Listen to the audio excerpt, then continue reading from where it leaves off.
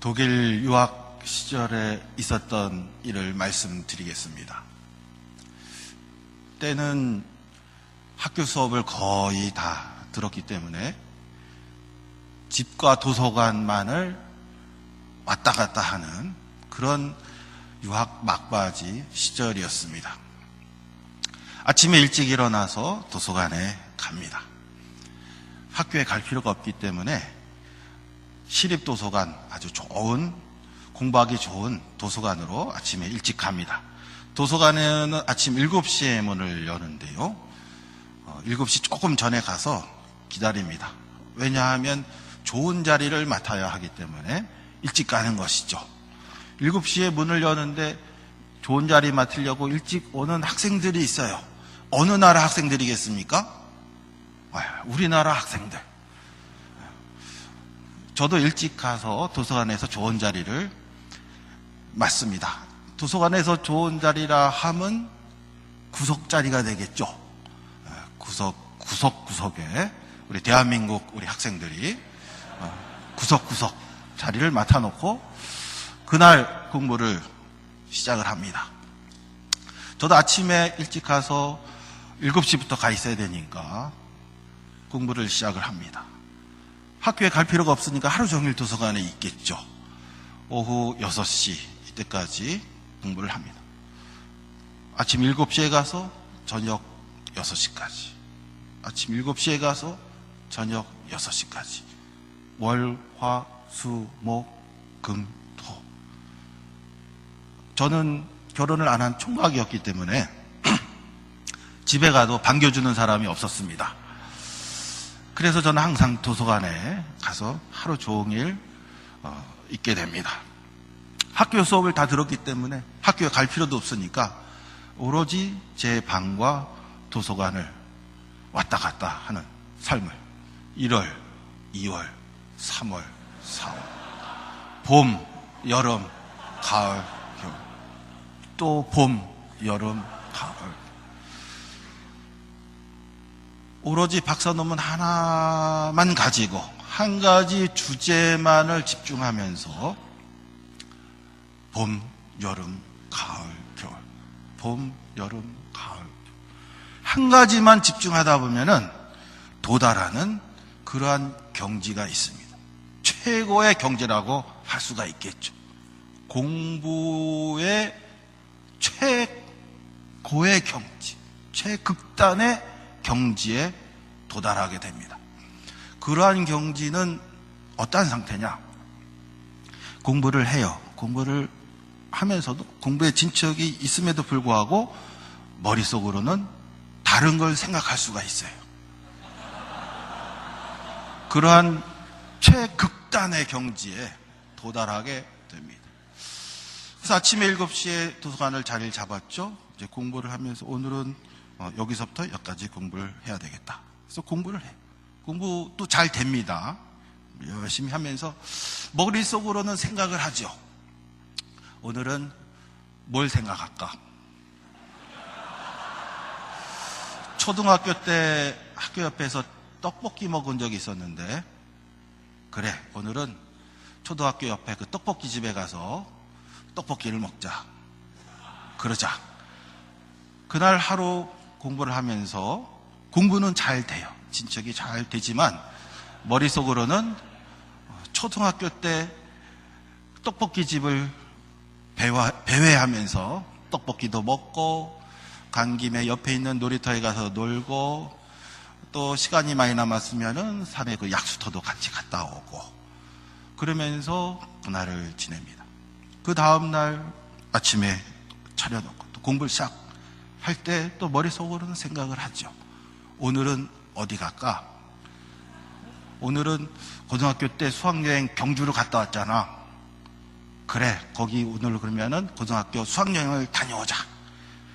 그러면 그날 공부하면서 우리 고등학교 동창들과 함께 수학여행을 다니면서 신나게 놀고 공부 다 마칠 때쯤 다시 집으로 돌아오게 됩니다. 그러한 최고의 경지에 도달을 하게 됩니다. 그런데 저는 이제 혼자 살았기 때문에요. 식사를 제가 만들어서 제가 먹어야 되죠. 아침에는 후다닥 간단하게 먹고, 점심은 다행히도 독일은 주식이 점심입니다. 그래서 점심 때 학생 식당에 가면은 아주 잘 나와요. 싼 가격에. 그래서 점심은 잘 먹는데 문제는 저녁이에요. 우리 저녁도 잘 먹어야 되잖아요. 그죠? 그래요. 근데 아무도 차려주는 사람이 없으니까 제가 저녁을 만들어 먹어야 됩니다. 그렇다면은 어쩔 수 없이 식단을 생각하지 않을 수가 없어요. 매일 똑같은 걸 먹을 수는 없으니까. 그러면 도서관에서 공부하다가 한 4시 한 30분 정도 되면 머릿속에서 식단을 생각을 합니다. 오늘 저녁에는 뭐 먹을까? 김치볶음밥 먹을까? 그건 어저께 먹었잖아. 그러면 뭐 먹을까? 스파게티 먹을까? 그래. 그러면 그날의 식단은 스파게티가 되는 것입니다. 그러면 스파게티 먹으려고 그러면은 재료 뭐하고 뭐가 없으니까 그거 사려면은 일찍 나가야 되는데, 그래, 그러면은 오늘은 30분 일찍 나가자. 그래. 시간이 5시 반이 됐네. 그럼 다 챙겨서 집으로 향하게 됩니다. 집으로 가면서 이제 재료를 사갖고 가게 되죠. 그런데 어느 날 아주 익숙한 길이죠. 집과 도서관 왔다 갔다 하는 아주 익숙한 길인데 어느 날 아무 생각 없이 제가 다른 길로 간 거예요. 전혀 그럴 필요가 없는데, 또 그래야 되겠다는 생각도 없는데 다른 길을 접어들게 됐습니다. 가다 보니까 어디 딴 데로 가게 됐는데 그리 멀지 않은 곳이었어요. 가다 보니까 저쪽에 과일 가게가 있는 거예요. 채소가 이렇게 있고 그런 거예요. 깜짝 놀랐죠? 아니, 독일에는 채소라고 할 수도 없어요. 그 말라 비틀어진 거, 이상하게 생긴 거 조금밖에 없는데, 배추도 있긴 있는데 요만해요. 잘라내면은 요만큼밖에 안 남는데 그거 뭐 7,000원, 8,000원. 김치가 아주 사치스러운 음식입니다. 그 만들려면 엄청나게 돈이 들어가기 때문에 그렇죠. 그런데 거길 가보니까 터키 가게였어요. 독일에는 터키 사람들이 굉장히 많습니다. 제가 학교는 하이델베르크였지만 살던 집은 마나임이었는데, 마나임은 인구 밀도당 터키 사람이 가장 높은 그런 도시였습니다. 터키 사람들은 우리랑 좀 비슷한 면이 많았어요. 제가 이제 유학 마지막이었기 때문에 그런 걸 어느 정도 잘 알고 있었던 시기였습니다. 터키 가게가 여기 있었구나. 들어가 봤어요. 깜짝 놀랐습니다. 겉에 볼 때는 그렇게 커 보이질 않았는데 막상 들어가 보니까 안에가 굉장히 넓었어요. 굉장히 넓을 뿐만이 아니라 야채가 한가득 있었는데 얼마나 크고 싱싱한지 정말 환상적이었어요. 거기다가 가격이 너무너무 싸요. 여러분 올리브 그 짭짤한 거 그거 좋아하시죠? 이런 병에 들은 거 7,000원, 8,000원 하는데 거기는 이런 드럼통에 하는데 막 5,000원, 6,000원 밖에 안 해. 한 드럼통이. 그러니 얼마나 쌉니까? 그 굉장히 신선하고 아주 환상적이었어요. 엄청나게 컸죠. 제가 들었던 생각이, 내가 진작 알았으면 여기 와서 배추 사서 김장하고 하면 싸게 했을 텐데, 그 비싼 그 말라 비틀어진 그거 가지고 또 김치를 하겠다고, 그거 얼마나 아껴 먹었을 거예요. 유학생이 돈이 없으니까. 여기 오면은 싸게 무도 막 이만해요. 이게 뭔가 싶을 정도로 이만.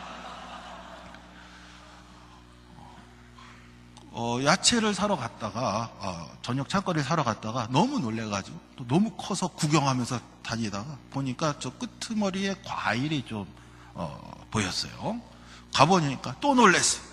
거기서부터 또 큰 방이 있는데 거기는 이제 과일이 하나 가득 있어요. 저는 참고적으로 과일을 먹지를 않습니다. 근데 과일을 보는 순간에 너무 놀랐어요. 너무나 싱싱하고 그 향기가 가득 있고 보는 제 눈이 의심스러울 정도로 너무 신선하고 너무너무 좋았어요.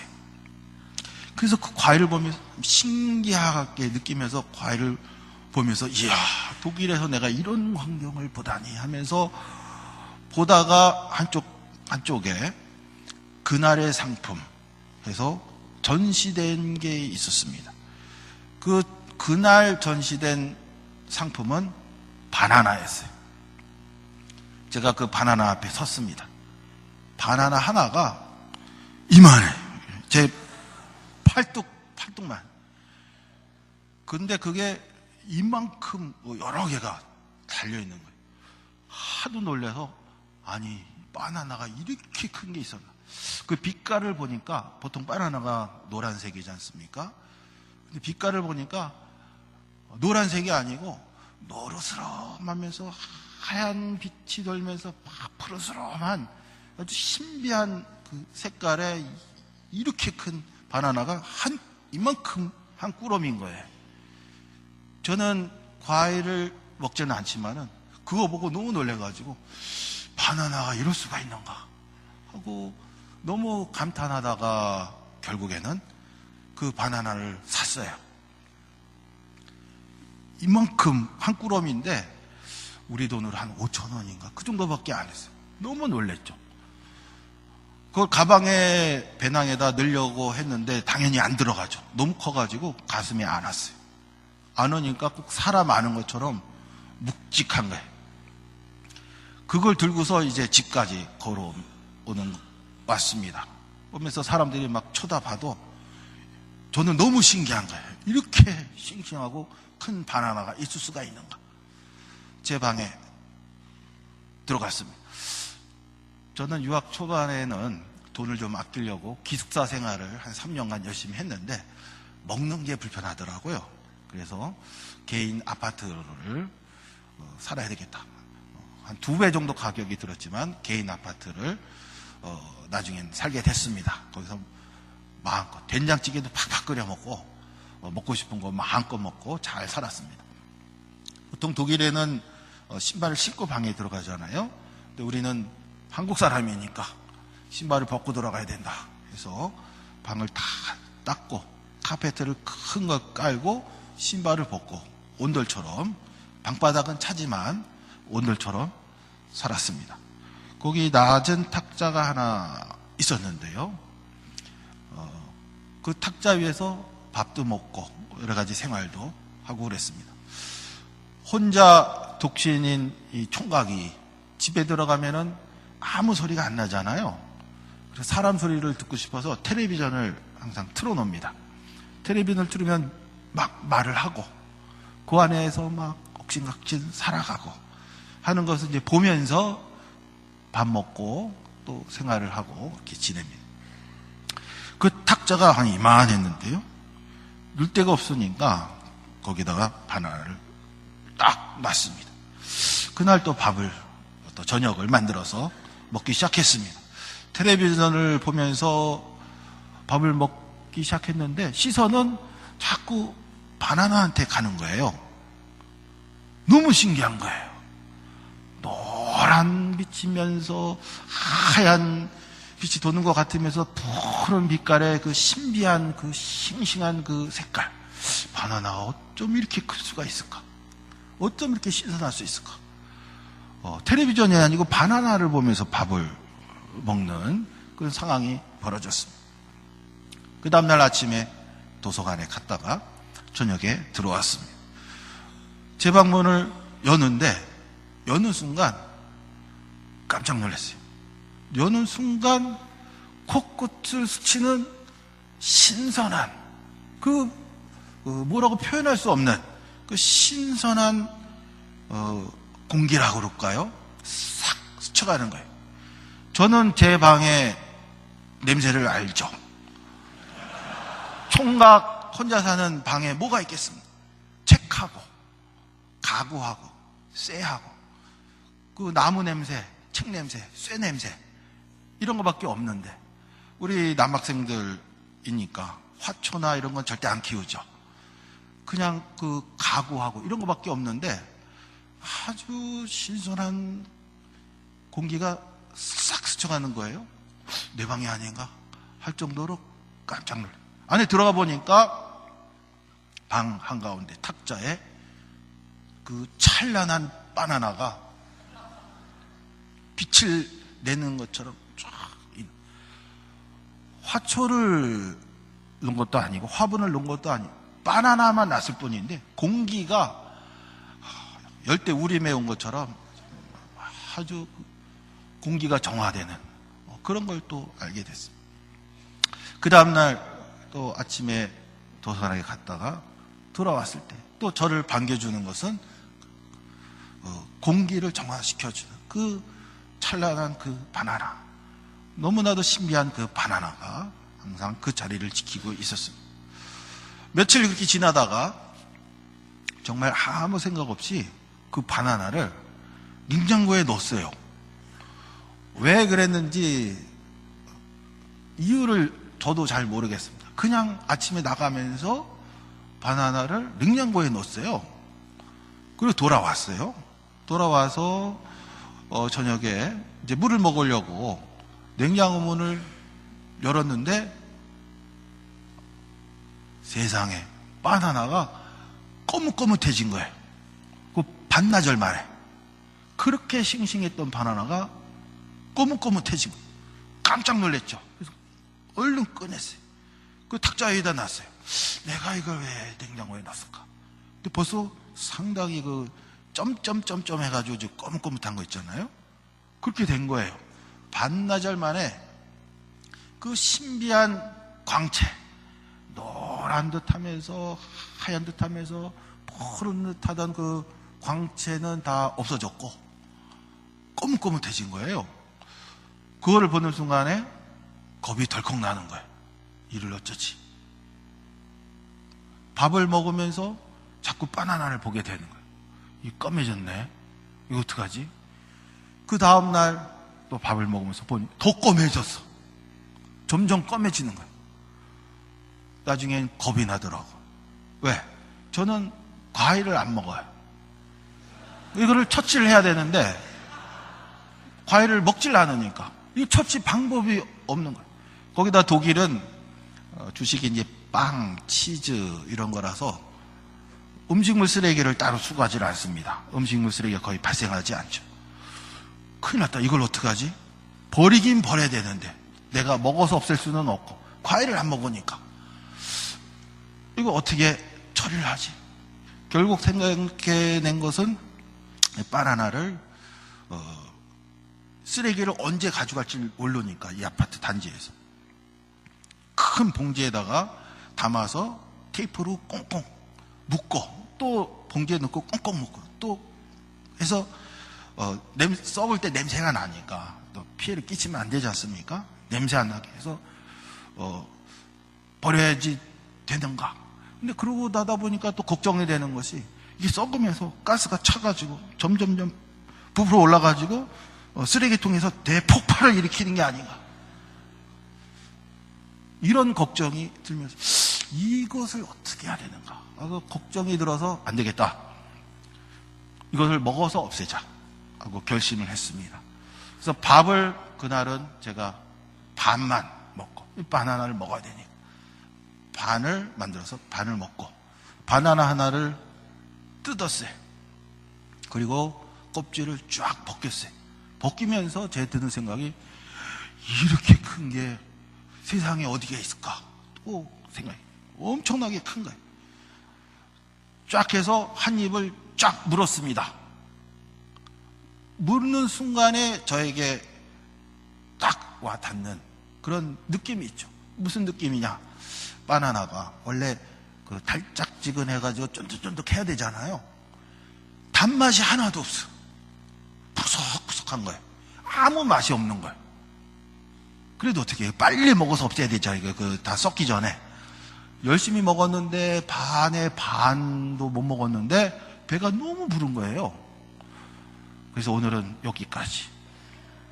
그 다음날 또 밥을 저녁에 절반만 먹고 또 먹던 바나나를 또 먹기 시작했습니다. 먹으면서 제가 들었던 생각이 아무 맛도 없고 단맛도 전혀 없고 쫄깃하지도 않고 아무 맛도 없는 이 바나나를 이걸 어떻게 다 먹을 수 있을까? 대충 계산해봐도 한 달이 넘게 걸릴 것 같아요. 너무 커가지고. 야, 이거는 도저히 먹을 수가 없겠다. 어떻게 너무 배가 불러가지고 도저히 안 되겠더라고. 그래서 결단을 내려서 바나나를 봉지에 넣어 둘둘 감고 테이프로 감고 열심히 밀봉을 해서 그 공동 그 쓰레기 버리는 데다가 버렸어요. 버리고서 걱정되는 마음으로 저녁 때마다 내려다 봤죠. 다행히도 며칠 만에 쓰레기차가 와서 그걸 다 수거해 갔습니다. 그렇게 해서 상황이 종료가 됐습니다.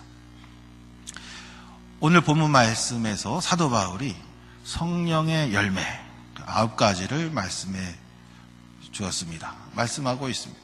성령의 열매, 여기서 열매라는 단어의 헬라어 원어는 카르포스라는 단어입니다. 카르포스라는 단어는 곡식의 열매도 되고 또 과일에서 열리는, 나무에서 열리는 과일의 열매도 표현할 수 있는 표현입니다. 근데 과일의 열매, 이거를 생각해서 카르포스라고 말을 했을 수도 있습니다. 적용이 되는 것이죠.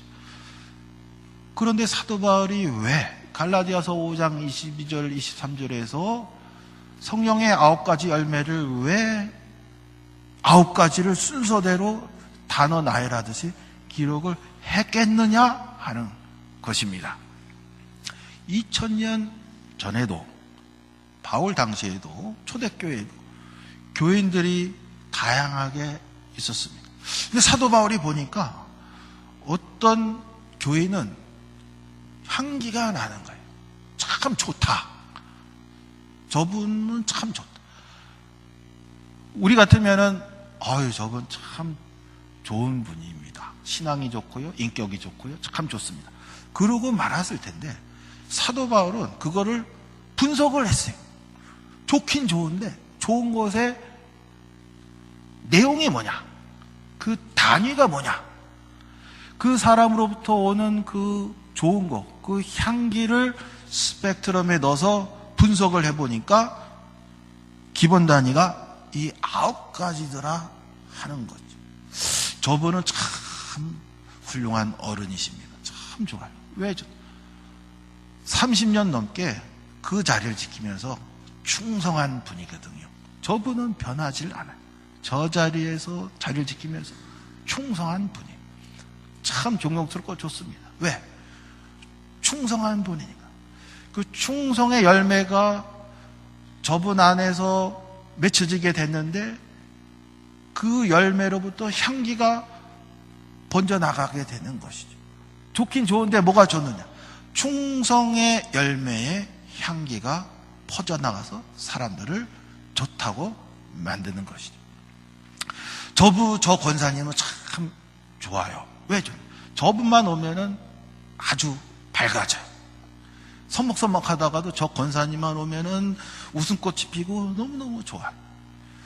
그러면 좋다. 뭐가 좋느냐? 사도 바울이 그걸 분석해 보니까 저 권사님 안에 희락의 열매가 잘 열려서 그 향기가 온 교회에 퍼지게 됐더라 이것이죠. 과일 향기는 2가지 특성으로 요약을 할 수가 있을 것입니다. 첫 번째는 남녀노소 누구나 좋아해. 동양인도 좋아하고 서양인도 좋아합니다. 옛날 고대 사람도 좋아했고요, 현대인들도 좋아합니다. 어른도 좋아하고 아이도 좋아해요. 누구나 좋아하는 특성이 있습니다. 또 하나 특징은 이 과일 향기는 몇 가지가 섞여도 좋아요. 딸기 향 좋죠? 거기에 오렌지 향이 섞여도 좋아요. 거기에 포도 향기가 섞여도 좋습니다. 우리가 신앙생활 하다 보면 어느 교회에 한 가지 향기를 내기도 사실 쉽지가 않잖아요. 그런데 아주 훌륭한 신앙인은 3가지, 4가지 향기도 컨비네이션 하는 분도 간혹가다 계시는 것 같습니다. 여러분 스스로 보기에 나는 어떠한 향기를 내고 있다고 생각하십니까?